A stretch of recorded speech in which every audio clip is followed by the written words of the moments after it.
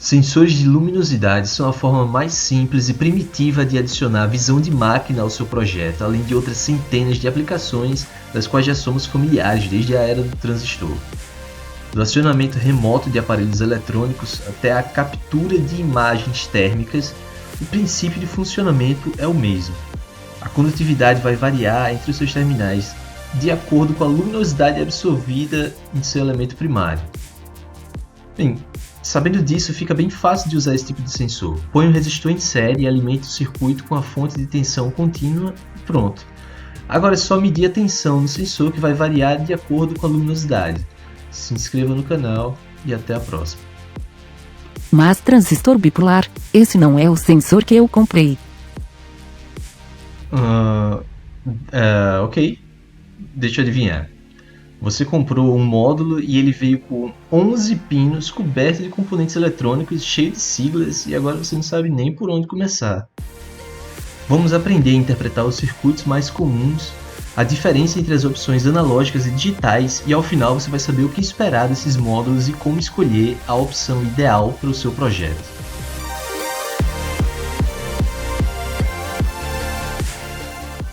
Esse circuito é o uso mais comum dos sensores de luminosidade, e para muitas aplicações é o suficiente para a detecção de sinais luminosos no ambiente.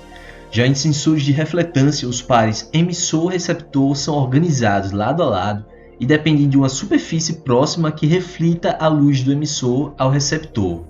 Superfícies refletivas absorvem pouca luz do emissor, permitindo que mais luz chegue ao sensor, aumentando a condutividade entre os seus terminais.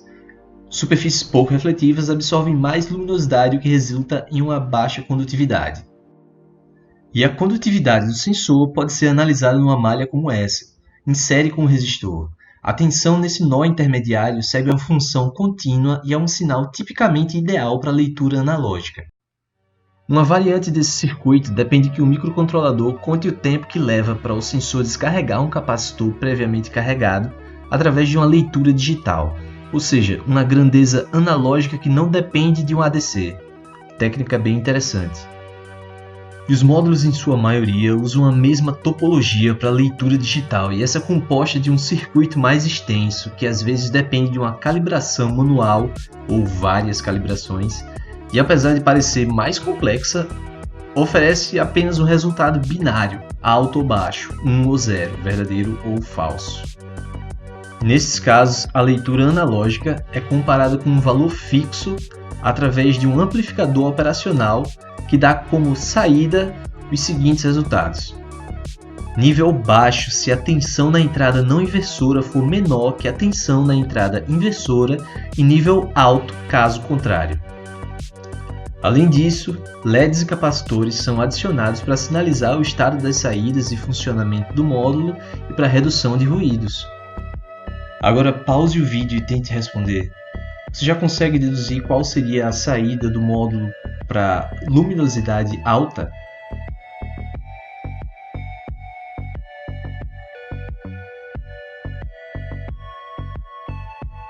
Eu montei o circuito num protoboard para testar essa teoria. Ele está sendo alimentado com uma fonte de 5 volts e eu removi os capacitores para simplificar a montagem. O resultado vai ser praticamente o mesmo.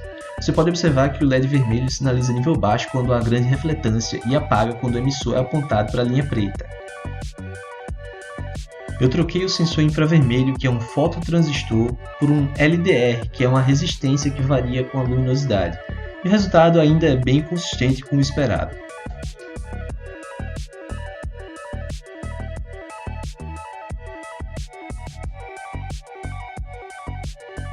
Mas você consegue dizer o quanto o sensor percebe a linha?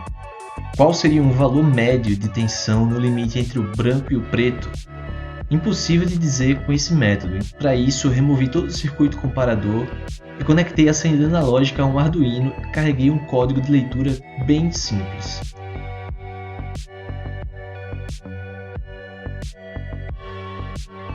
É só declarar uma das portas analógicas como entrada e jogar o resultado de uma leitura analógica diretamente na porta serial.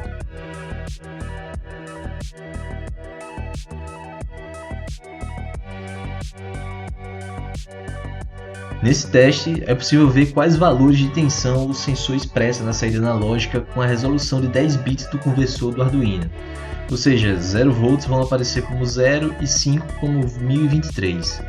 Um ponto importante a destacar é que esse sensor em específico não é o ideal para esse uso, e eu tive até que pôr uma máscara improvisada em volta para reduzir o efeito da luminosidade ambiente. E apesar disso, respondeu muito bem. O span de valores é muito mais representativo da leitura do sensor do que um resultado binário. E esse par emissor e receptor que eu estou usando nesse teste é respectivamente um TIO78 e um TIO32, componentes muito comuns em controles remotos e em sensores de chama. Eu não posso deixar de testar o mesmo com um LDR e um LED branco de alto brilho. O teste mostra que o span desses valores com esse sensor nessas circunstâncias é bem menor que o do sensor infravermelho, mas ainda é viável e você pode melhorar esse resultado se você tomar medidas para reduzir a luminosidade ambiente, por exemplo.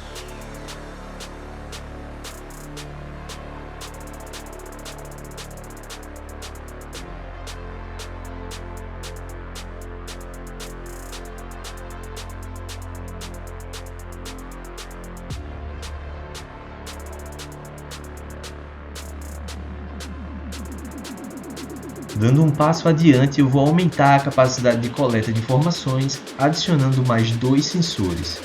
Nesse código, eu praticamente copiei e colei as poucas linhas que a gente já tinha escrito, ajustando o nome das portas por questão de praticidade. Dessa vez eu vou usar um par emissor-receptor ideal para essa tarefa. Se chama TCRT5000 e ele está presente na maioria dos módulos categorizados como de sensor de refletância ou de linha.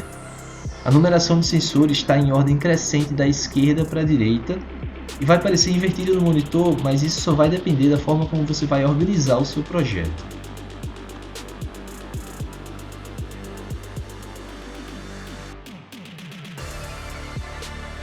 De cara, dá para perceber que o span de valores é ainda maior que os testes anteriores. Com essas configurações, nós vamos encontrar valores desde a casa dos 40 até 850, relativamente próximos do mínimo e do máximo.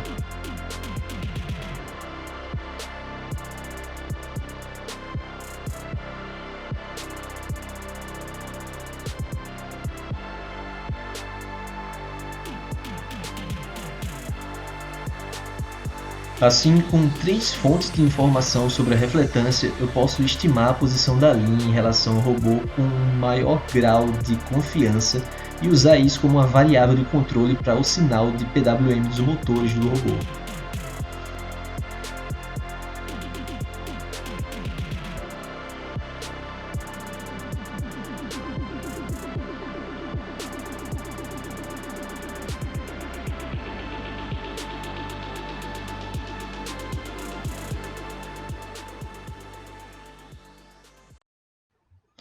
E essas são as minhas considerações finais. Nós aprendemos muito sobre a elétrica e lógica usada nesses sensores disponíveis no mercado. Na verdade, eles diferem em pouca coisa. Na opção de acionar os emissores ou não, calibração manual ou automática, número de sensores e outros fatores que eu julgo pouco importantes. O circuito que nós estudamos nesse vídeo é o pão com manteiga desses módulos e se repete 3, 5, 8 vezes no mesmo, variando apenas alguns valores e componentes que no final resultam na mesma coisa. Apesar de diferenças drásticas na aparência, formato, componentes e nomeações exóticas da pinagem, eles seguem a mesma fórmula e nós podemos usar os mesmos métodos de leitura. Com base na minha experiência, eu classificaria os módulos da categoria de refletância ou de linha de acordo com o acesso a saídas analógicas ou a um valor analógico processado pelo próprio módulo e outras utilidades adicionais como a calibração automática. Com as especificações do sensor que você pode encontrar no datasheet e facilidade de montagem e uso. E por último, mas não menos importante, a quantidade de material disponível relativo ao seu uso, instruções, guias e uma comunidade de usuários que possam compartilhar suas experiências e tirar suas dúvidas. Todas essas opções são viáveis e você vai encontrar excelentes performances com cada uma delas. Essa não é uma recomendação sobre qual módulo comprar, só uma sugestão para ajudar na sua pesquisa, então pesquise e tire suas próprias conclusões. Vou falar em conclusão. Então, será que eu acho que o QTR é o melhor sensor de linha? Sim, mas o segundo lugar não fica muito atrás. Se você sabe alguma coisa sobre eletrônica analógica, eu recomendo reproduzir um circuito como o que a gente viu e criar o seu próprio módulo com componentes escolhidos por você e integrados 100% ao seu projeto.